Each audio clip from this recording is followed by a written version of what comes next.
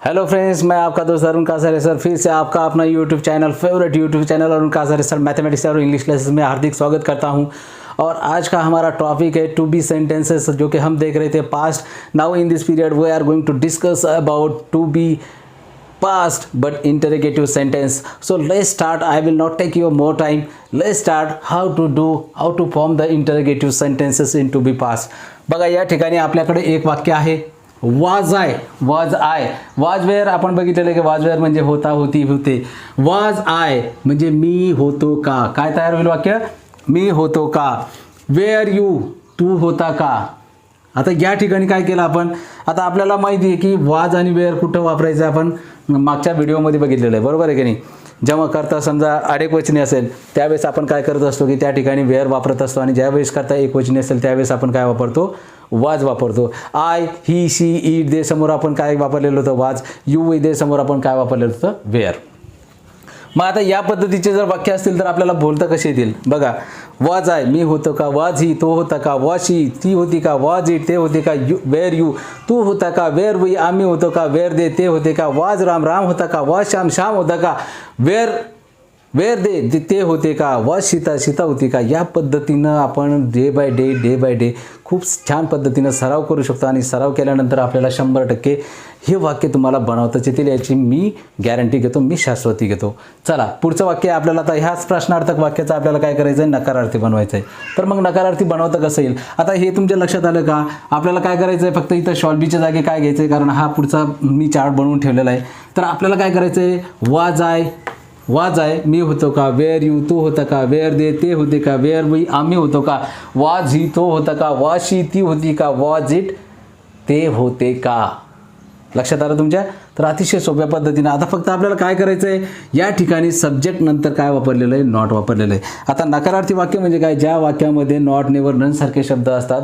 The sentence which have not never none like as that word, then the sentence is belong to the negative sentence. we have already discussed, बरोबर आहे. आपण त्या पद्धतीचं discussion अगोदरच केलेलं आहे. तर मग आता याचं नकारार्थी वाक्य कसं होईल, तर चला आपण बघूया.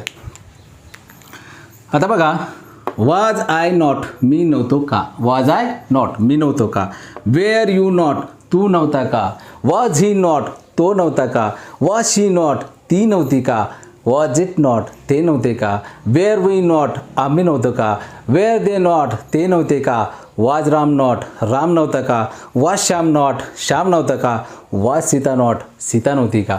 बघा किती सोपं आहे. असं आपण रिदमिकली आपण जर सराव केला त्याचा, तर आपल्याला रिदमिकली ते बोलता येईल. डे बाय डे आपली फ्लुएन्सी वाढेल. लक्षात आलं तुमच्या. I hope that you don't have any kind of the problem in a to be past. Just we have use of was where, and we have framed 4 kinds of sentence. One is affirmative, negative, interrogative affirmative, and interrogative negative sentence. So let's start about to be's future.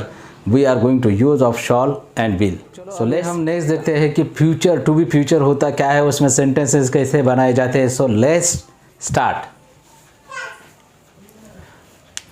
तर बघा या ठिकाणी आपल्याला पाहू शकता तुम्ही की या ठिकाणी टू बी चा आपल्याला फ्युचरमध्ये, आता या चार्टकडे मी तुम्हाला घेऊन येतो. प्रेझेंटमध्ये आपण ॲमेझारचा वापर केला, पास्टमध्ये आपण वाज वेअरचा वापर केला. आता फ्युचरमध्ये आपल्याला वापरायचं आहे शॉल बी किंवा विल बीचा वापर करायचा आहे. शॉल बी म्हणजे सुद्धा काय होतं, असेल, आणि विल बी म्हणजे सुद्धा काय होतं, असेल. तर चला आता आपण त्यांचा वापर सेंटेन्सेसमध्ये कसा करता येईल आपण ते बघूयात. Let's see how to use of a shall be and will be in the given sentences, that is called to be future sentences. Let's start. I shall be मी असेल. आय शॉल बी म्हणजे काय, मी असेल. ही विल बी तो असेल. आता या दोन वाक्यामध्ये काय, मी आणि तो हे काय झालेले, सब्जेक्ट झालेले, कर्ते झालेले. पण त्या ठिकाणी आपण वापर काय केला की सर तुम्ही या ठिकाणी तर शॉल बी वापरलं, या ठिकाणी तुम्ही विल बी वापरलं. मग शॉल बी वापरायचं केव्हा बघा, ज्यावेळेस सब्जेक्ट हा आय आणि वी असेल त्यावेळेस आपण त्या ठिकाणी काय करायचं आहे, शॉल बीचा वापर करायचा आहे. When the subject is I and we, at that time you have to use of shall be. Keep in your mind, always keep in your mind. Okay, now what is negative sentence. आता negative किंवा नकारार्थी वाक्य कशाला म्हणायचं याविषयी मी तुम्हाला जास्त सांगणार नाही, because we have already discuss in the previous video की what is the negative sentence when the sentence have not, never, none, that kind of a word, that sentence is called negative sentence. ज्या वाक्यामध्ये not, never, none सारखे शब्द असतात त्यांना काय म्हणतो आपण? नकारार्थी वाक्य म्हणतो. मग हे नकारार्थी वाक्य काय आहे? कारण या ठिकाणी काय आलेलं आहे? नॉट आलेलं आहे. काय आलेलं आहे? नॉट आलेलं आहे. बरोबर आहे. तो ये सेंटेंस निगेटिव है. This sentence is negative because this sentence including not this negative word. Okay, so let's start how to make the negative sentences in a to be future sentence. I shall be not.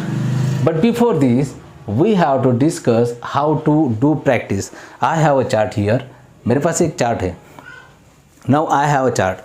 So how to do practice on this chart?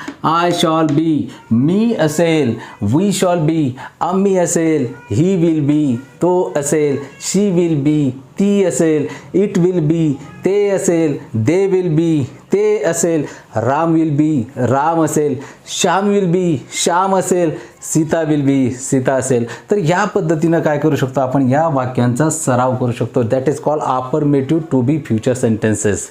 है ना. याच्यामध्ये आपण नॉटचा वापर केला आहे का नाही? म्हणून त्याला काय म्हणायचं? अफर्मेटिव्ह सेंटेन्स किंवा होकारार्थी वाक्य. चला तर नकारार्थी वाक्य कसं तयार होतं आणि त्याचा सरावही आपल्याला कसा करता येईल ते बघूयात. So see on board that I shall be not, मी नसेल, मी नसेल. ही विल बी नॉट, तो नसेल.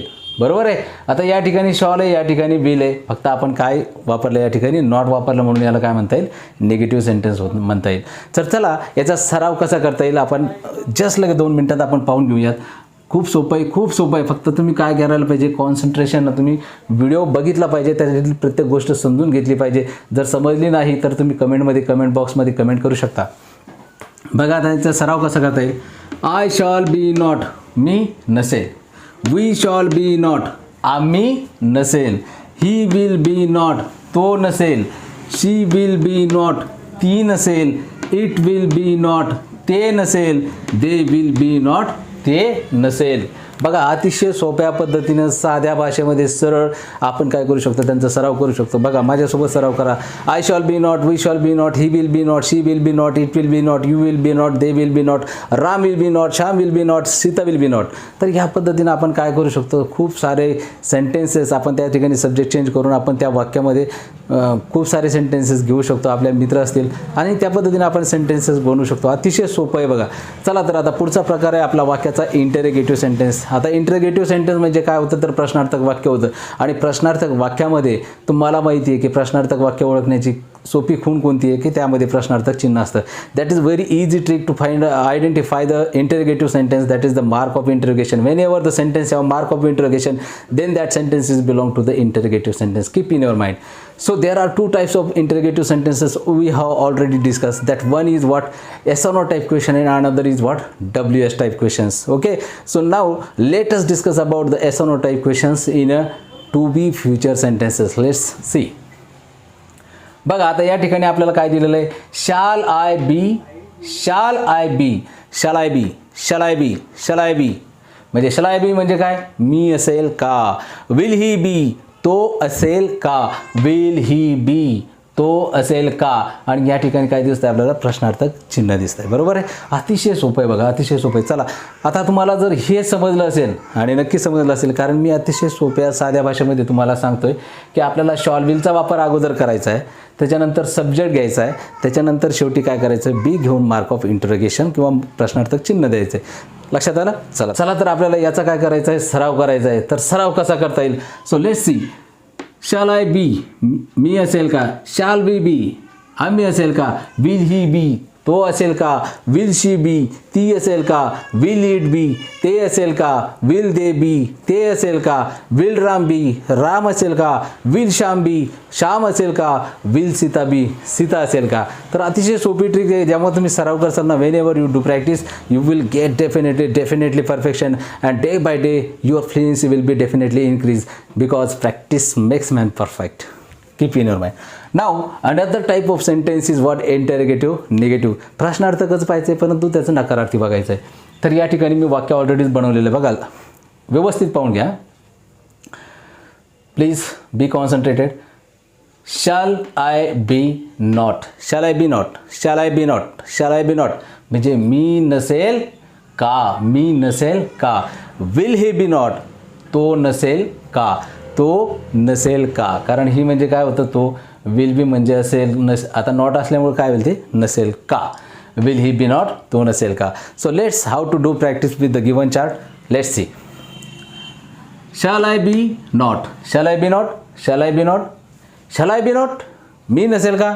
Will he, shall we be not आम्ही नसेल का. विल ही बी नॉट तो नसेल का. विल शी बी नॉट ती नसेल का. विल इट बी नॉट ते नसेल का. विल दे बी नॉट ते नसेल का. Will Ram be not Ram नसेल का. Will Shyam be not Shyam नसेल का. Will Sita be not Sita नसेल का. अतिशय सोपं आहे, खूप सोपं आहे, खूप सोपं आहे. Very easy, very easy. If you do practice with me, if you do practice with my videos, you will definitely speak how to speak in English. Be careful about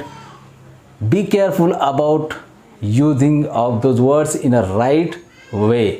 Okay, now I hope that you have understand each and every step, each and every type of sentence today in today's lecture, whatever I teach you. If you understand, if you totally understand, please don't forget to like, comment and share. And this is my humble request to you all. Please share our channel's link amongst your friend, and they also add them in our Arun Kasare sir mathematics and English classes family. This is my humble request to you. मेरी ये गुजारिश है आप लोगों से कि जितने भी आपके friends हैं, जितने भी आपके फ्रेंड सर्कल है, उनसे ये कहना, ये लिंक हमारी शेयर कीजिए. और अपना जो फेवरेट चैनल है, आपका जो अपना फेवरेट चैनल है अरुण कासारे सर मैथमेटिक्स और इंग्लिश क्लासेस, इस परिवार का उनको सदस्य बनाइए, ताकि हम और आगे जाके और अच्छे अच्छे लोगों तक जाके सबको ये इंग्लिश का ज्ञान दे सके. So thank you very much for watching my this video. If you like, don't forget to like, comment and subscribe my channel. Thank you very much.